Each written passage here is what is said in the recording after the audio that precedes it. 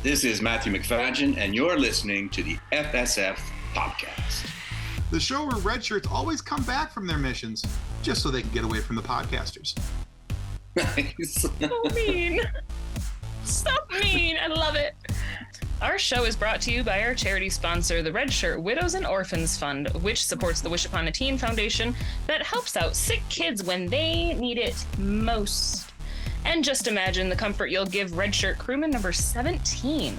She'll know that when she puts on the red shirt and joins the crew of the Enterprise in their struggles against a Romulan light class warbird, that she didn't leave her family destitute and without hope, because the Red Shirt Widows and Orphans Fund has her back, and what's left of her translator.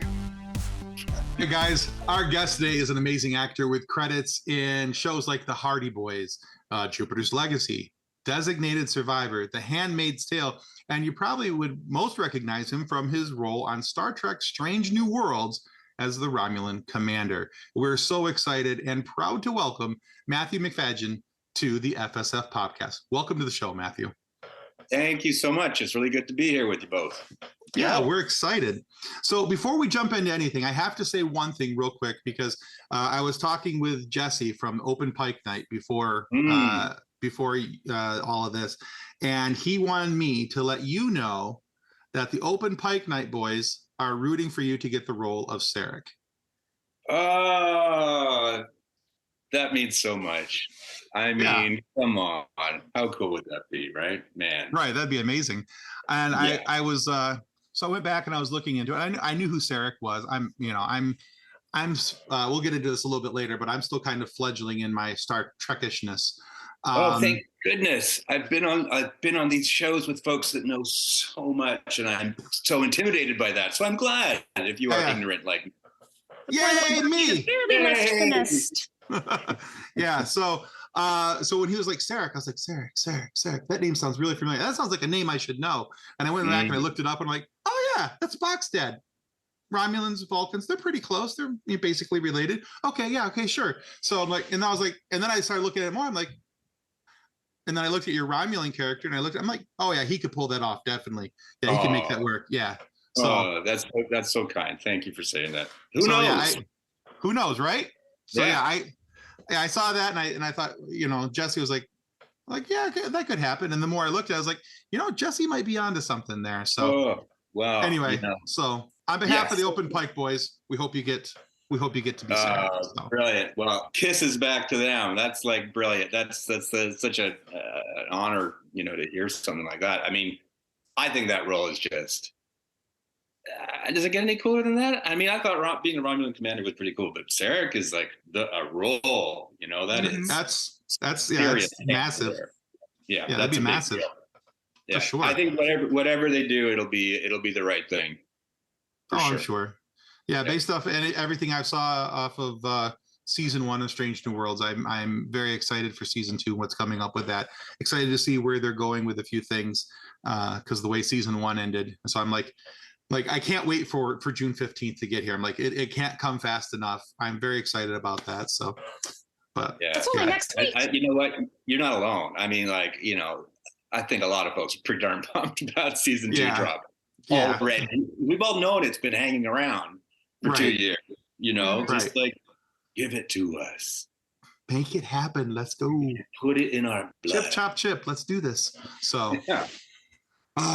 Okay, so hey, we'll talk about a little bit more about that here in just a moment. Sure. But one of the first things that we always like to do with our guest Matthew is kind of set the bar as to who they are and what they are. And we love stories. We're nerds. We love origin stories. We love finding out the background of people, and particularly me, I like to know what makes people tick and kind of how they got to be where they are and why they do the things that they do. So in the story of you. What influenced a young Matthew to become the actor that we know today? What's your origin story? That's a good question, and especially framed like that. I feel like it should be dark and tragic, and maybe it is in places. Who knows? We'll find out. Well, I mean, maybe it didn't start out tragic, but there was a girl in high school who ran a theater festival, and I thought she was amazing. And so I wrote a play. And I remember watching the play being performed and having a bit of a moment of this thing that I did. It was pretty flippant, but it suddenly held great significance and was one of the coolest things I'd ever seen. Just seeing these words come to life, I thought was just a thrill. So I started out writing, because of the girl. Now the girl went away. I kept writing, and I started to act in high school, and then just doing as much as you can in high school, I suppose, the school play and that sort of thing. And then I went to university in Montreal, and the longer my degree went along, the more I was not doing my essays and instead going to the theater to act and to do shows. And I did more and more shows, auditioned for theater school. I had a teacher say, "You should audition for theater school." And I said, "What's that?" They said, "It's where you need to go." So I auditioned, I went in, and I decided to take it a bit seriously, I guess, at that point. And sort of found my people, I think, in a lot of ways. You sort of look around in theater school and you're like, oh yeah, you're all nuts in the same way I'm a little nuts. And we all like telling stories, and we're all real committed to this, and kind of found my people. And then I'm doing the whole story. That's more than the origin, isn't it? The origin was fell in love with the girl. Girl went away. The love of acting stayed, and love of theater stayed, and then a slow transition from theater to screen, which I do mostly these days. Right. Well, no, your answer was fine. I was actually really enjoying it. You can't give us too much information. Let's just put it that way. We've had people apologize for rambling. We're like, no, you were giving a great answer. It's not rambling. Oh, good. Okay, so, that's great to know. Because I can ramble, and I will. That's okay. We won't stop you either. Right, because if you start rambling, then we don't ramble, and then that's really better for everybody. She's not wrong. She's not wrong. We have a tendency, and by we I mean me, to just start rambling, and you don't have to shake your head that aggressively. But you need like a ramble safety word or something. Just right? The other person call pineapple, out. Pineapple. But yeah. Then you wouldn't hear me over the sound of your own voice. You would just be sitting here saying pineapple, and people would be so confused. I did find it interesting, though, that you said that you got started because of an interest in a girl. And it's also been interested to me to the number of people that we've talked to have had that same reaction, whether it was a girl or a boy, and then, somebody of the opposite sex, or somebody of the same sex. Just there was some romantic spark there where there was like, well, if I do this, I can get closer to that person. Mm-hmm. And I think only a small number of the people who have brought that up as part of their origin story have actually, landed that fish. Most of them it's gotten away. Hey, well, you know what? I landed the fish, but the thing that I was like, the theater thing was much better than the girl in the end. Well, there you go. Fair enough. The fish didn't weigh as much as the thing, Gotcha, buddy. All right. No, that's cool. That's a cool origin story. I think that if you can have a love that grows out of something like that, I think it makes it more complete to you, because it's not just something you do. It's something that you're doing because there's a drive there clearly to do what you're doing. And you know what? I guess it was also like I realized it was a real outlet for me to express myself through these people that I would play. You're safe to get mad, and you're safe to be, you're safe to show emotions and try on different experiences. And that's very addictive, that just sort of ability to be curious, to be curious about other people's lives and get inside them a little bit. Neat. It's fun. I could see that very easily for me. Yeah. That's actually, I mean, when you're a kid, you're like, you want to be all these things. You want to be a fireman and a doctor or an astronaut. And, it's basically what actors are still doing, as they grow older. It's just still playing make-believe, What's better than that? I don't know. Getting paid to play make-believe. I think that's better. So. I think that's part of the reason, though, that like tabletop role-playing games are as popular as they are, is that it's that same sort of little bit of a creative outlet of I'm going to be a bard. even though You are totally, absolutely right. That is exactly the same thing. You know, we're playing that. My family we are Hyrule warriors. All right, we are like Legend of Zelda geeks, and we're playing the game right now, like the new one. And my wife came in and she's like, "You have to go and do this," and I'm like, "I am Link. I am Link. I don't have time. Do you have any idea what I'm dealing with here?" I actually had to stop playing Tears of the Kingdom to do the interview. Like, I get it.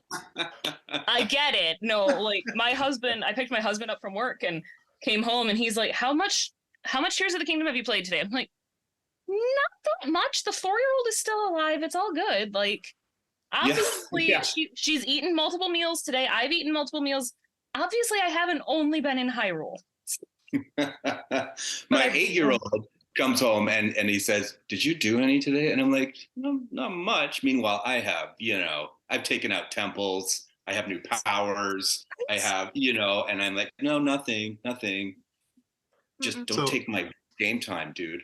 Right. So, I don't have a Nintendo Switch, but my nephew does, and I've been watching him play, and he's been playing Tears of the Kingdom, and he's like, and I'm kind of find myself even as a bystander watching it getting invested. I'm like, oh, if you're going to take on that guy, don't you need this other shield? Yeah. You're going to need a better sword than the one you got. Is there a way that we can increase that? Absolutely. Absolutely. And I'm watching him do this, and after a couple minutes, he's like, "Uncle Tim, I got this. Okay, just." You know what I just recently found out though is that you can take. I mean, because the whole mechanic of fusing weapons is fantastic, and I love it. But if you take the skeletal arms, those things have like a +20. They are way. Fuse 2 of them together. Yeah. You get 40. They are way stronger than I thought these stupid bone hands would be. I got so annoyed with them in Breath of the Wild that then now in Tears of the Kingdom, I'm like, another bone hand. Right. And the other thing that is of huge value in this game is eyeballs. I want all the eyeballs in the world. They are extremely valuable on your arrow tips. Yeah. I have had so much fun with that. That and the jellies. Like, yes, the jellies have come in really handy. Especially like I'm a cheater, but I will use the yellow choo-choo jelly and shoot it into the water to kill the fish. Yes, that's not cheating. That's the game. And then go and swim around and catch the fish to then cook the fish. Very smart. So much easier. Before this podcast, I was like, don't talk about Tears of the Kingdom. Don't talk about Tears of the Kingdom. We're not 5 minutes in, and we've talked more about Tears of the Kingdom. Oh, yeah, for sure. For sure. It's what we do. I mean, that was actually like the intro into my next question was that I had to pull myself away from it to do the interview today. But talking to you about, well, what is it other than going into Hyrule that you use to recharge your creative battery? Ooh, good question. I think I exercise a little bit. Oh. I meditate a little bit, and I hang out with very interesting people. If I can hang around people that are doing creative, interesting, weird things, then it kind of just rubs off. It kind of, you kind of absorb it. And between being around interesting people and just some quiet grounding time, that's what does it. I do write a lot, and I find that sort of helps me stay creative. When you're not acting, because you're not acting every day. Right.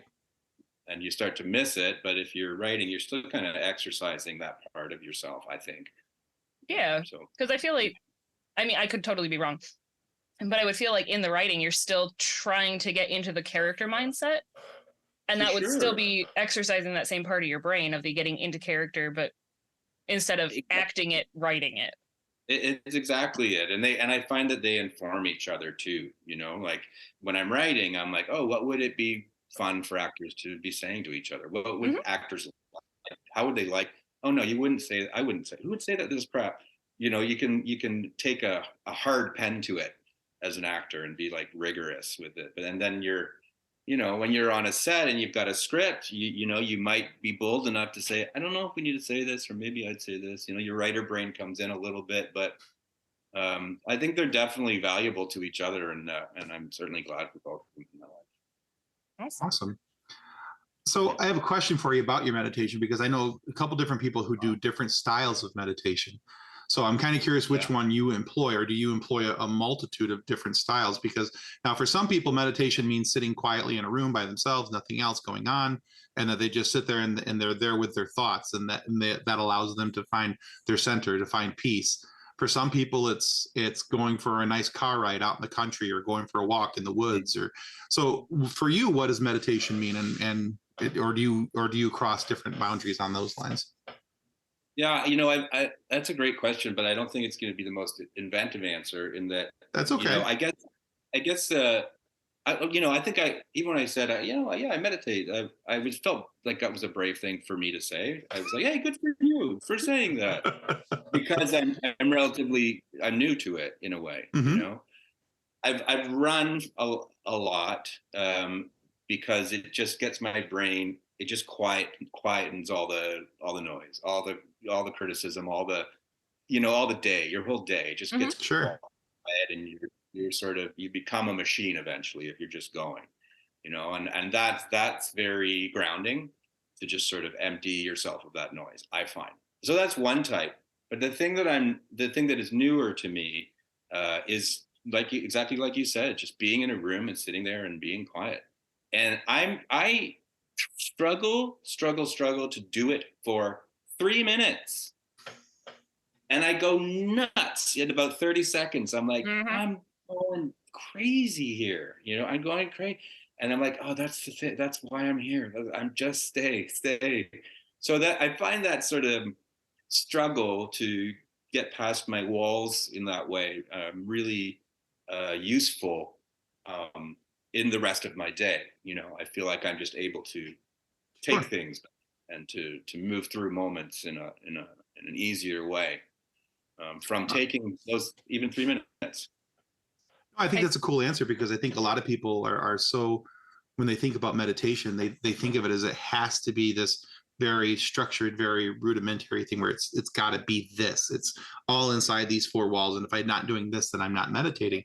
And I think that there's a lot of different ways that people can meditate, and you talk about going out and running and doing those things. And some people find that they're able to be more alone with their thoughts when they're exercising and doing different things. Mm-hmm. I personally like to sit in my house when it's early in the morning, when it's quiet, before everybody gets up, just me, my recliner, and a cup of coffee, and just kind of, and just sit there and I kind of think about my day, and I think about what's about the day previous. And, and I've also found that if I'm, cause I struggle with anxiety, if I'm having an anxiety filled day, I found that for me, I'm able to sit and focus and think about, structured words and things and phrases that are leading phrases towards something positive, and kind of start using my thoughts to kind of go down that lane. And I found for me that helps. That's why I asked you about what what forms of meditation you're doing. I mean, I think so much of it is each person finding what works for them. Sure, yeah.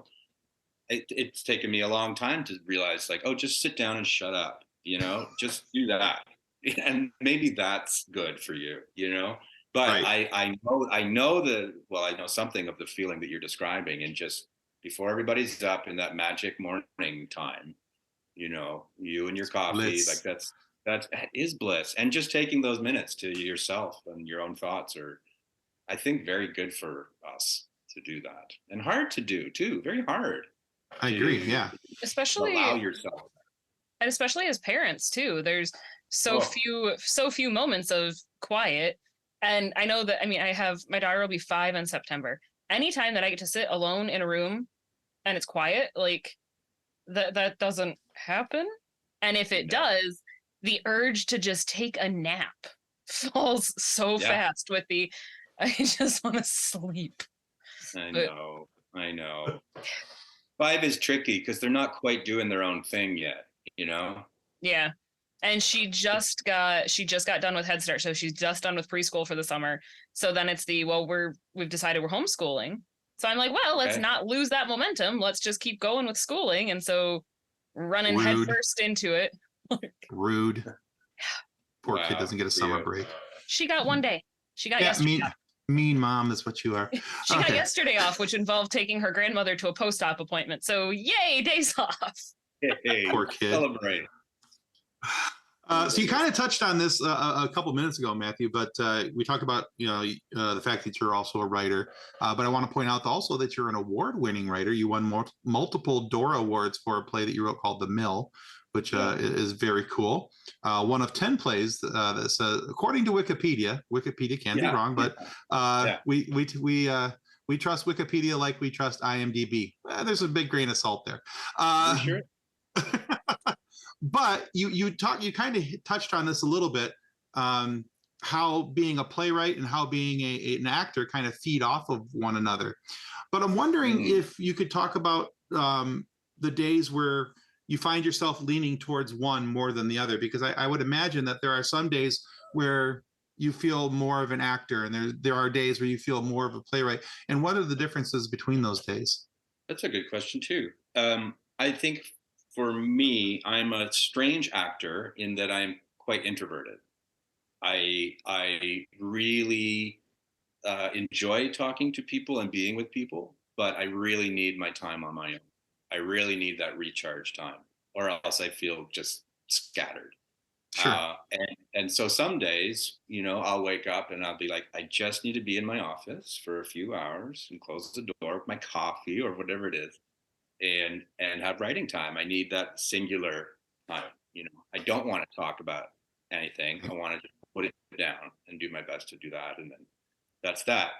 Some days you wake up and suddenly you're out in the world and you're engaging with people, and you might see someone and you're like, wow, who is that human? What are they up to? And you might your brain starts thinking, or an audition will come in and it'll just hit you in the right way, and you'll be like, oh man, yeah, just everything falls away and you just want to act. I mean, it's very instinctual, I guess is what I'm saying, that you don't plan what your tomorrow's going to be, but I try and serve whatever is appropriate as best possible. Does that make sense? No, it does. Absolutely. Yeah. Yeah. Have you ever had moments where you're doing one, like maybe when you're acting, and you mentioned that, you said that there would be times where you think, well, I don't think my character would say this. Your writer hat kind of pops on for a moment. But have you ever been like acting out something and you've had an idea for something to write to pop in your head? And how, if so, for a different piece entirely, do you mean? Yeah. So like, say so say for kicks and giggles, you were on the Hardy Boys set and you're doing something, with the Hardy Boys, but you had an idea for, Jupiter's Legacy, and you were going to write something for that. How do you handle that? Do you scratch it out on just like a rough draft and then stuff it in your pocket for later, or do you have to get it out of your head right then? I kind of do. You, like, if I'm on set or something like that, you throw it down on your phone as fast as you can so that it's out of your head, so you're not thinking about it, because you can't be thinking about that when you're acting the part. You have to be doing the part, or else it won't work. You know what I mean? So when those thoughts come, like, get this out of me. Up in my office where I do a large part of my work, there's notepads, and they're just the ideas that come that don't know where to go yet. Yeah, exactly. Right. We need those. And then rather than lying in bed at night or being on set or wherever you might be with these ideas flying through your head, you've gotten them out. They're safe somewhere. You'll come back to them when there's time. Yeah, very cool. Same as what you're doing there. So the crew of the FSF PopCast is notorious for asking about our guests' pets, because we are all animal lovers. And amazing. As I looked at your website and you talked about your two dogs, Walter and Cosmo, which are also brilliant names. I love those Great names. Pets should have fun names. But then I learned that Cosmo is a rescue dog, which I love. New. I love. And when you first posted your pictures of him, you included the hashtag Adopt Don't Shop, which touched my heart. I am a huge, huge softie when it comes to pets.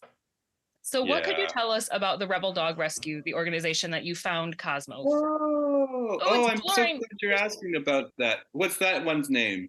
That's our two dogs. That's Mia and Toast. Mia's our pit bull and Toast is our corgi. Oh, my son wants a corgi. He'll Wonderful be so dogs. jealous. Yeah, are they? I don't know much about them. Oh, they're They're wonderful. giant slippers. Yeah, she basically Giant slippers. just be prepared to sweep all the time. Buy Roombas, invest in Roombas. Big They're- cheddars. Oh, horrible! They're double coated, but Cheddars. it's worth it. They're good dogs. Yeah. And Yeah. Toast specifically likes to lay on people's feet. The last time we were over at Tim's house, Toast just wanted to sleep on my feet the whole time, and that was the Oh, they're warmest my actual feet have ever slippers. been. Oh yeah, Oh yeah, like she wants Yeah. to be a flipper. it's her jam. If you're sitting down, she likes to lay across your feet, keep your toes warm. That's amazing. Amazing. So I also have a pit bull. Her name is Zoe Jane, so she's named after 2 Firefly characters because why not? That's what you And do. then we have 2 cats. We have Nymeria Patrice, so she's named after a dire wolf, and Okay, thank Patrice you. and Patrice from How I Met Your Mother. Amazing. Yes. And then I have a tuxedo cat who is the only one of his litter of kittens that is not polydactyl. He was the only one that had the Oh. normal number of toes, but Weird. he is the only tuxedo, but his name is Ernest Fitzgerald, so he's named after Ernest Hemingway and F. Scott Fitzgerald. But he's Amazing. tuxedo cat, so he's supposed to be all fancy, and then we just typically call him Nern. Nern? Nern. There's that. How do you get to Nern? From Ernest to from- Nerny to Nern. He's I gotcha. Okay. he's such he's But you're got Nern. one brain cell. That's He's it. got one Didn't- brain cell. Didn't Honora tag him with Nern? Yeah, my daughter couldn't say Ernie, so he was Nern, and now it's kind of stuck. That's But cute. then it's so That's- funny too, is this cat will sit in the hallway in what we refer to as the Al Bundy pose, where he is leaned up against the know wall, it. his back feet spread, and the paw in the front. And I'm like, dude, if you Yeah. were wearing pants, I know where that hand would be. Yeah. But he just But sits then- like that. Yeah, they like It's it. weird. It's kind. I mean, it looks comfy. They look He- comfortable. He looks comfortable. But yes, Although actually. Slavic. So yes, wanting to know about the Rebel Dog Rescue now that we've talked about all of our Right. pets as well. Rebel Dog Rescue is a great organization. I think they have different locations. We just found them on Instagram from scrolling. My wife found them from scrolling through rescue organizations Mhm. and just came across them. They take dogs from Texas that are captured and captured, is that the right word? Found. And are going to kill shelters and everything, and they put them in a truck and they bring them up to Canada and they foster them here until somebody adopts. And we saw this dog. We did not mean to get another dog. We did not mean to do this. It was totally an accident. I started to look at this dog because this dog looks a lot like the dog we had before who died. Oh. But this dog that we got, whose name was Slate at the time, because he's slate colored eyes, because he's blue, kind of husky eyes. Anyways, I fell in love with them. We got the dog, and we're like, what do we call him? What do we call him? And I wanted to call him Iggy Poop. I thought that was hilarious. And he's a total spaz and kind of does like Iggy Pop moves around. And I'm like, it's gotta be Iggy Poop. My son wouldn't have it. He was like, I'm sorry, the dog is Cosmo. And I'm like, why is he Cosmo? And my boy's like, because he looks like outer space. And I'm like, Oh, you win. I love And done. it. That's it. Yeah. Oh my Yeah, goodness, so I love that. But great organization. Our other dogs are rescue as well, and totally, adopt, don't shop. It's just not worth it. And these dogs are beautiful animals, who are really looking and eager to settle in somewhere that's Mhm. good. Yeah, Mia is a rehome. We got her from somebody that my son wanted a dog. Yeah, he does. My son Nolan doesn't ever really ask for much. I mean, when he came to us and said, "Dad, I want a dog. Can I get a dog?" Mm, I was like, "Yep, of course, absolutely." Yeah, for And sure. so I told him start looking for what he wanted, and he found somebody who thought that she could have a Staffordshire pit bull, because that's what Mia is, because their hair is so fine that she thought that that she'd be okay with it because she was allergic to Yeah. dogs. She thought that less dander, and I'm like, no, still got allergic. And when we found her, she was a week away from going to the shelter. So we kept her from being able to go to the shelter, and she's a wonderful dog. She's as sweet as the day is long, but she's got the fact that she can breathe on her own without being told is very impressive. She's just the dumbest dog I've ever had in my life. I love her to death. She's sweet as can be, but goodness gracious, this dog is dumb. It's half the charm. It makes us laugh because she's. I should really back away from their website. Oh gosh. I know, right? You'll find one that's amazing. And Toronto's really not that far. It's a 5-hour drive. You can make it. Yeah. It takes me less time to get to the Canadian border than it does to get to my mom's house. So they love to. They're really nice people. Some of the nicest dogs I've ever met have been pit bulls. They've got bad. I tell you, they are sweethearts. They've got such a terrible, terrible reputation, and it's not their fault. No, it's they not. just want to cuddle.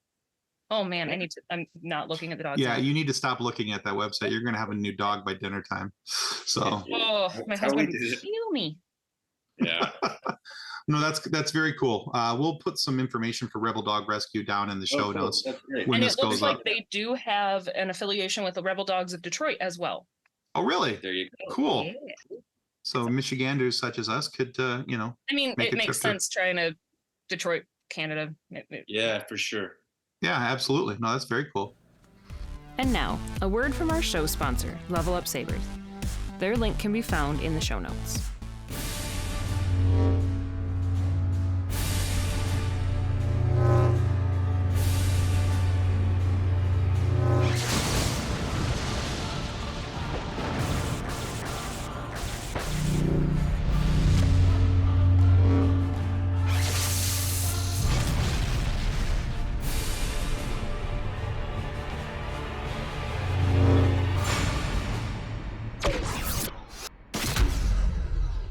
All right, so Matthew, the next question I have for you is usually a question that I only ask of guests who have done something in the Star Wars universe.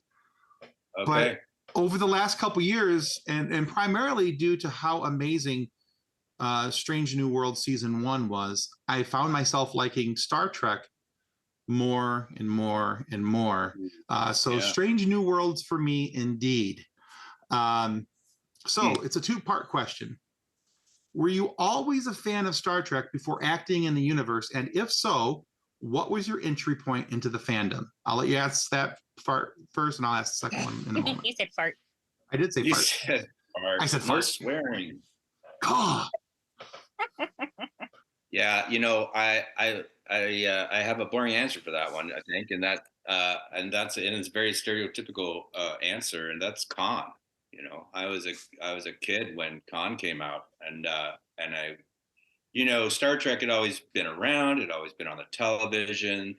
I'm of an age where I was a kid and I'd watch the old episodes, but I didn't really. It was of a different generation than I was. I didn't connect with it. Star Wars did come out when I was a kid, and was sort of where I gravitated towards. Just that's how things work. But when Khan came out, Khan was different. Khan was scary. It scared me. And I'm like, ooh, Star Trek. I didn't see that coming.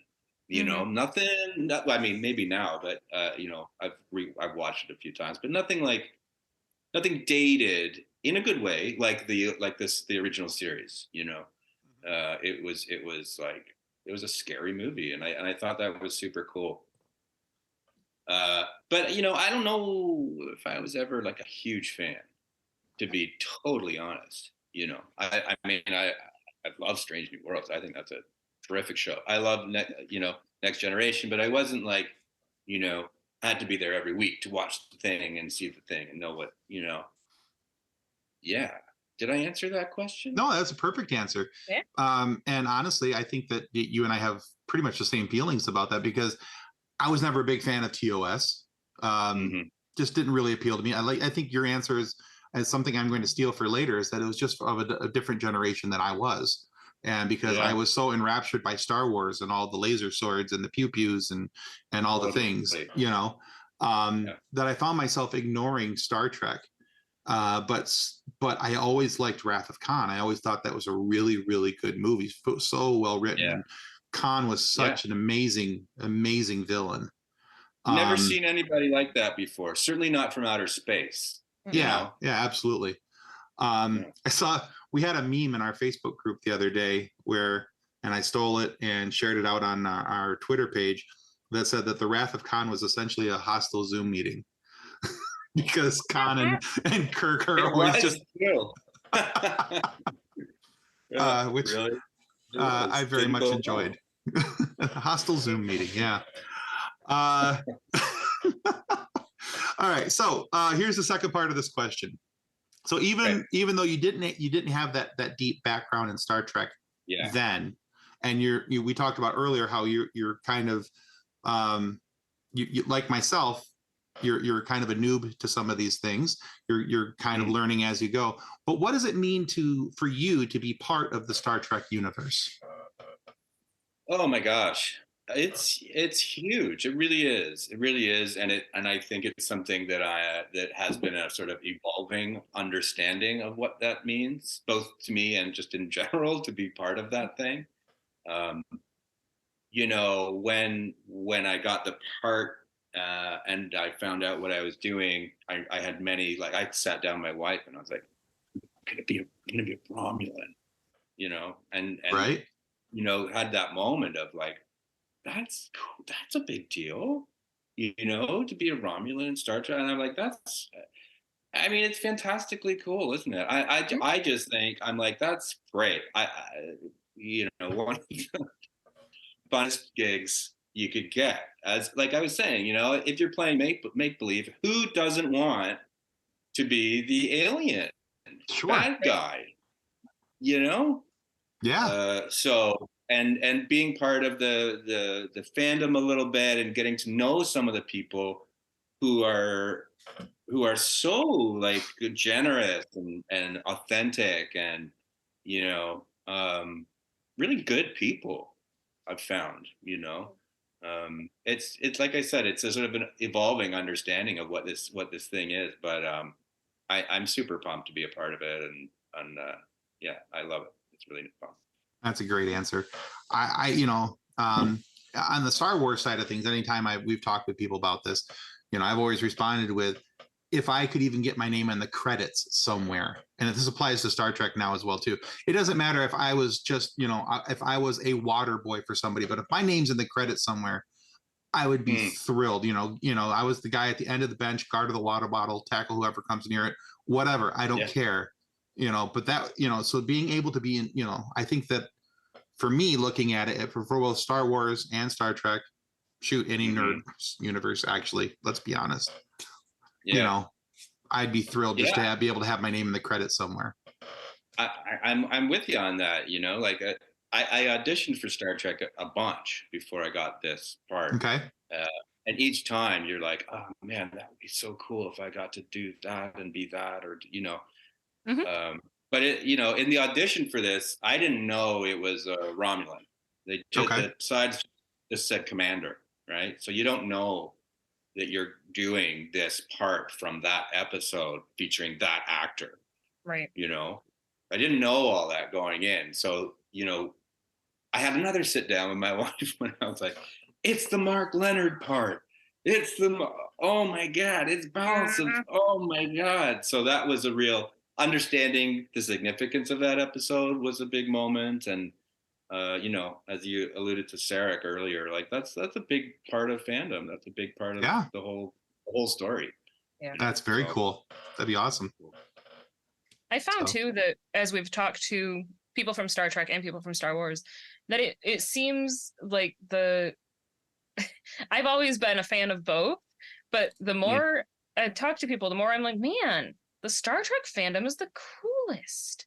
Like, it is like the bigger family. It is everybody feels welcome and accepted, and like that's the part loved. Of it, right?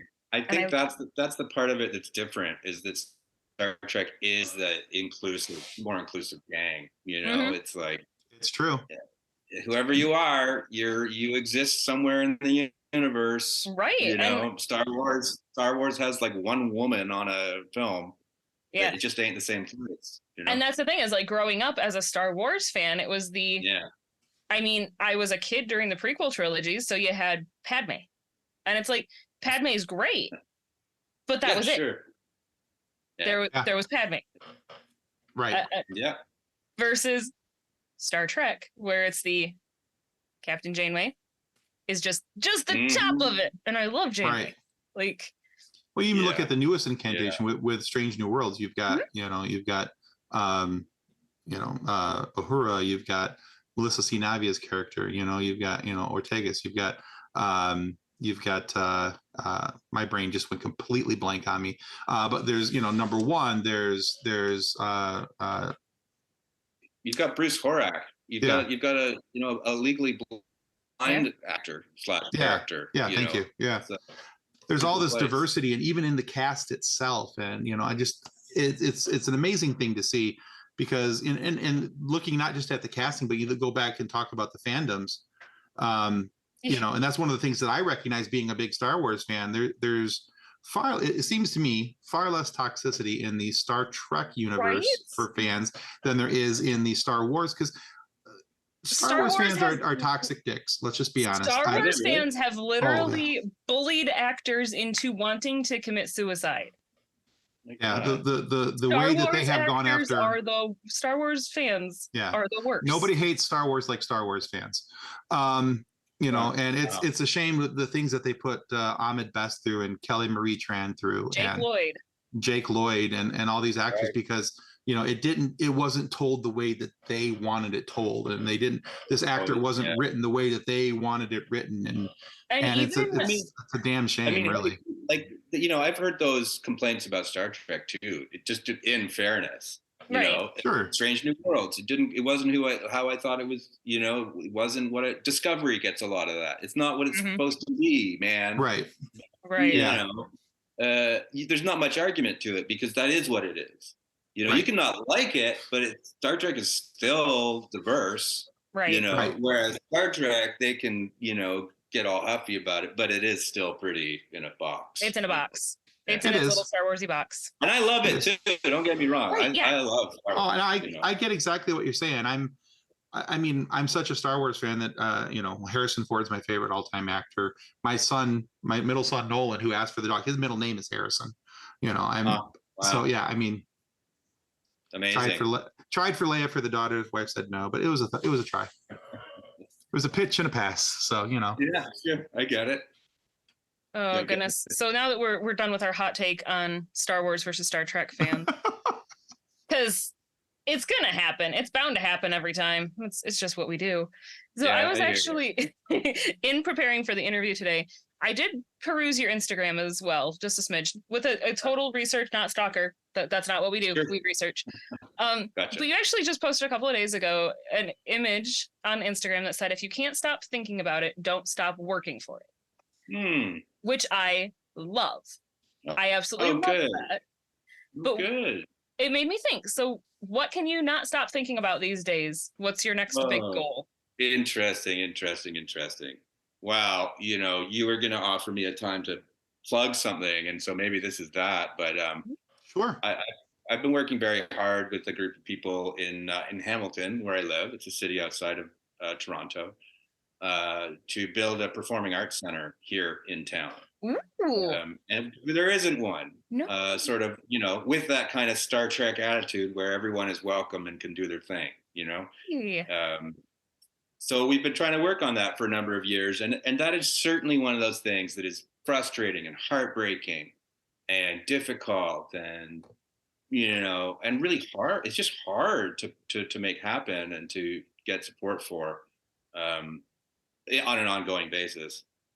And, I have quotes all over my room that sort of will inspire me on the right day or in the right moment. And I think on that day, that quote was like, keep going. Yeah. Keep going. It's still in your brain. It's still circulating. People believe in this, as it is with anything, I think, so I think it's a good little mantra, that one. Yeah. I've been to Hamilton. I love Hamilton. Like, Oh, I like it too. it's nice. It is just like, I felt like when we were there, it was just conveniently far enough away from Toronto that it wasn't like super Toronto-y, which I mean, I love Toronto too, but Yeah. it's just quiet enough. I was real happy to leave Toronto, and Hamilton kind of is far enough that you're kind of like, oh no, it's its own place. It's different. It's got a bit of a different attitude. It's got an industrial area, but it's got a lot of artists that have poured into the city as populations have been moving around. You know, out of big cities, a lot of folks come here, and so there's a need for this kind of place in Hamilton. So. That's part of what I've been up to, and I'm working hard on. That'd be so cool. I mean, because I know that there's the performing arts spot of Toronto. I mean, we went and saw Phantom of the Opera, the Pantages in '97. Wow, yeah. I was 5. That's not a good musical to take a 5-year-old to. Scary. It was scary. It was terrifying. Yeah. It was absolutely terrifying. Like, did not like mirrors for years. Yeah, and it wasn't until the movie came out in 2004 that I watched it again, and I looked at it with me. Wait a second, this isn't as scary as I thought. No. In fact, it may be awful, but at the time, terrifying. Right. I mean, still super weird that this guy lives under the opera house and has come through your mirror to take you to the basement, but also beautiful and wonderful, and I love the story. Yeah. Yeah, paddle me down your sewer, romance, whatever. Yes, weird. Well, yeah. It's a very strange musical. Still only one of 5 musicals I would ever watch. Oh, really? What are they? Do you literally have a list of 5? I did. Yeah, I did. So every Wednesday we have a thing on our show we call the 5 at 5, and I'm notorious on our show for hating musicals. Yeah. I pretty much despise anything. I just can't. I have a hard time. Why people sing at him for no apparent reason whatsoever. It just seems very pointless to me. Yeah, so anyway, let's see. I think the 5 were. I included a couple things I had already seen and enjoyed. So one of them was Phantom of the Opera. My wife loves musicals, and she had taken me to a couple, and then after a while, she stopped taking me because she stopped. Because you're a pain in the butt. Well, there is that. I was trying to find a nicer way to say it, but yes, essentially. That was my nice way of saying it. I was ruining her show billing experience. Let's put it that way, because I was asking too many questions because I was confused as to why people were singing. But that was not the case with Phantom of the Opera. I very much enjoyed that. I found the musical score to be the most interesting out of all the ones that I had gone to. There's a show on Apple TV Plus called Schmigadoon, which I think is absolutely hysterical, and I like that. Yeah, Kathleen turned me on to that one. I'm a big Monty Python fan, and I think it'd be fun to watch Spam-A-Lot. Yeah. I've never seen it, but I would be interested in that. And then 2 are the other 2 were written by Lin-Manuel Miranda. I've never seen Hamilton. I've been told that I need to. Especially because I like hip hop and I enjoy and I like the Revolutionary War era for American history. So it seems like a no-brainer. What more do you need then? You got Hamilton. You like hip hop. You like. And the other one is called The Heights. So just because it has Lin-Manuel Miranda in it, I thought, well, he did this, and everybody seems to think I'll like this, so maybe I'd like that too. And I looked into it, and why haven't you seen Hamilton yet? It was a musical. It's literally on Disney Plus, though. Like. I know. I was just delaying it because it was a musical, and musical. Okay, well, technically it's an operetta, if that makes it any better. Because there's only like 2 spoken lines. Yeah, everything else is either sung or rapped. I don't know that you're helping its case, but all the same, I'm still interested in. It sounds like you like the sort of newer stuff, is what I can hear. Probably, you know what I mean?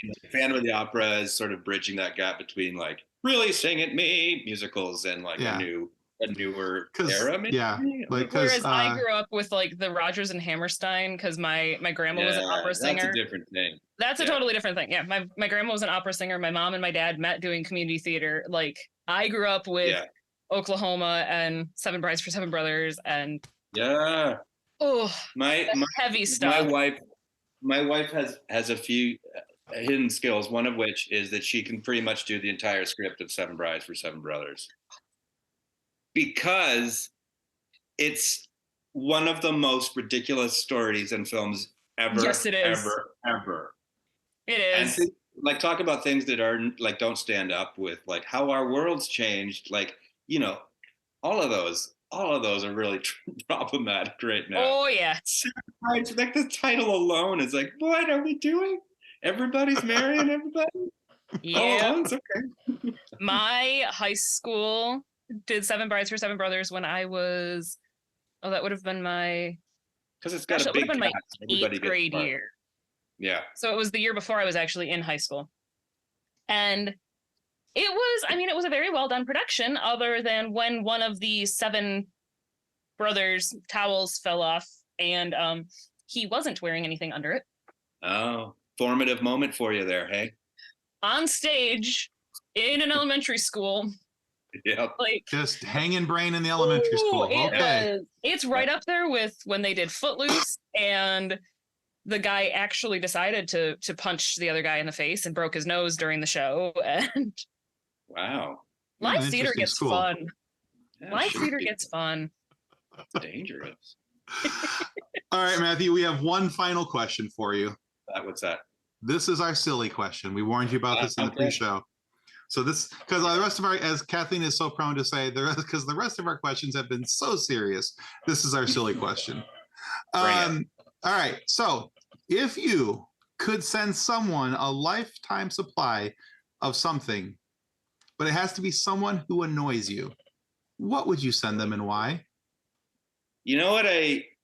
This is a evasion perhaps, but I remember when I was a kid, there was this, or when I was a kid, I was younger, I lived in Montreal, and I remember going up the street to this pool hall that I used to play at. And it used to be this amazing place, and then they changed owners, and they changed how it looked inside, and all these bikers started playing there. Ooh. And it was just this totally different vibe, totally different place. It wasn't friendly, it was dangerous. All these things it just changed. And I remember one day I went up to the bar and I got $20 in change, and I went over to the jukebox and I put all $20 in on "Damn, I Wish I Was Your Lover" by, I don't remember who it was that sang that song. And they played it for hours at this pool hall. And all these bikers are like, "What the is going on?" So That's Sophie B. Hawkins, wasn't it? that's Sophie B. Hawkins. So that would be my goal, is like to send somebody who annoys me a lot of like love that kind of isn't right for them. That sounds I like evil, right? Oh, that's perfect. I don't know what it would be though. Like I would have to. I was thinking that when I was writing this question, I was thinking, what would I would want to send somebody something. If they really annoyed me, it'd have to be like a something that like they got sent regularly, like through the mail, like a subscription of something. That's something they didn't like. You know, like if somebody were to do it to me, they'd send me like blueberries, whatever, because I don't like blueberries. You know, but there you go. I'll remember that. You know what? I remember. Signing up for a lifetime subscription of just glitter bombs. Blueberry magazine. There you go. I remember in high school, I had a math teacher who was a horrible person, and I remember dropping math because it was clear I could not do this. And he was this like, felt like he was just like cut out from the Cold War and kind of put in front of the classroom, like screw cut and pens, and this is the way you do things and all this. And I remember when I dropped his class, I went to see him in his office, and I brought him a plant as like a goodbye. And just his face of utter confusion about like, why are you giving me a plant? I'm this, anyways, it challenged him in weird, uncomfortable ways. And so I loved giving him that because I hated this man and I knew he would be confused by a plant. I love it. That's awesome. Why is it That's a always the math fantastic teachers? Why is it always the math teachers that are the worst? Well, it depends who you are, I guess. If you're a great master, you're not the worst. Because they're trying to teach other people how to summon the demons. That's what they're doing. So, If they could have come out and said that, I would have been in. I would have been down. Right? But That would have been fun. All the numbers get in the way. Nice. Oh, goodness. Matthew, thank you so much for taking time to be on our show with us today. Where can our viewers and our listeners go to find out more about you and your work? Sure. I've got a website, I think, at MatthewMacFadzean.com, and I'm on Instagram at Matthew MacFadzean. Thank you so much for having me. It's been a lot of fun. Great to talk with you both. Yeah. This was fun. Yeah, absolutely. So I want to remind everybody that subscribing is the single most important thing that you can do to help us to continue to grow and get amazing guests like Matthew MacFadzean here to have we've had a blast. We hope he did too, but these funny moments for you to be able to listen to. So please subscribe. It helps out well more than you know. And go check out Matthew's stuff as well. He's got a lot of cool stuff out there for you guys to check out. But if for whatever reason you aren't happy with the content of our show today, please feel free to submit a complaint to the head of our complaint department. That's the Hardy Boys. Yeah, Frank and Joe Hardy may not be bad guys and they don't have an evil bone in their fictional bodies, but what they do possess is a certain set of skills. A set of skills that make them dangerous to podcasters like Kathleen and I. No, not those type of skills. No one's getting killed here. We hope anyway. But just know that when you submit your complaint in duplicate, that these young sleuths will take your case and see it through to the bitter end, providing justice for you, the offended party, no matter what it takes. Possibly the only better solution would have been for you to call the Mosby Boys. Thanks again, Matthew. Pleasure. That was a hell of an outro. Thank you so much. All right, guys, that's going to conclude us for the FSF PopCast. Goodbye. Copyright 2023 FSF PopCast. Reference to any specific product or entity mentioned on this podcast does not constitute an endorsement or recommendation by FSF PopCast. The views expressed by the guests are their own, and their appearance on the program does not imply an endorsement of them or any entity they represent. If you have any questions about this disclaimer, please contact us via email at info@fsfpopcast.com. Original music by Jordan Michaels.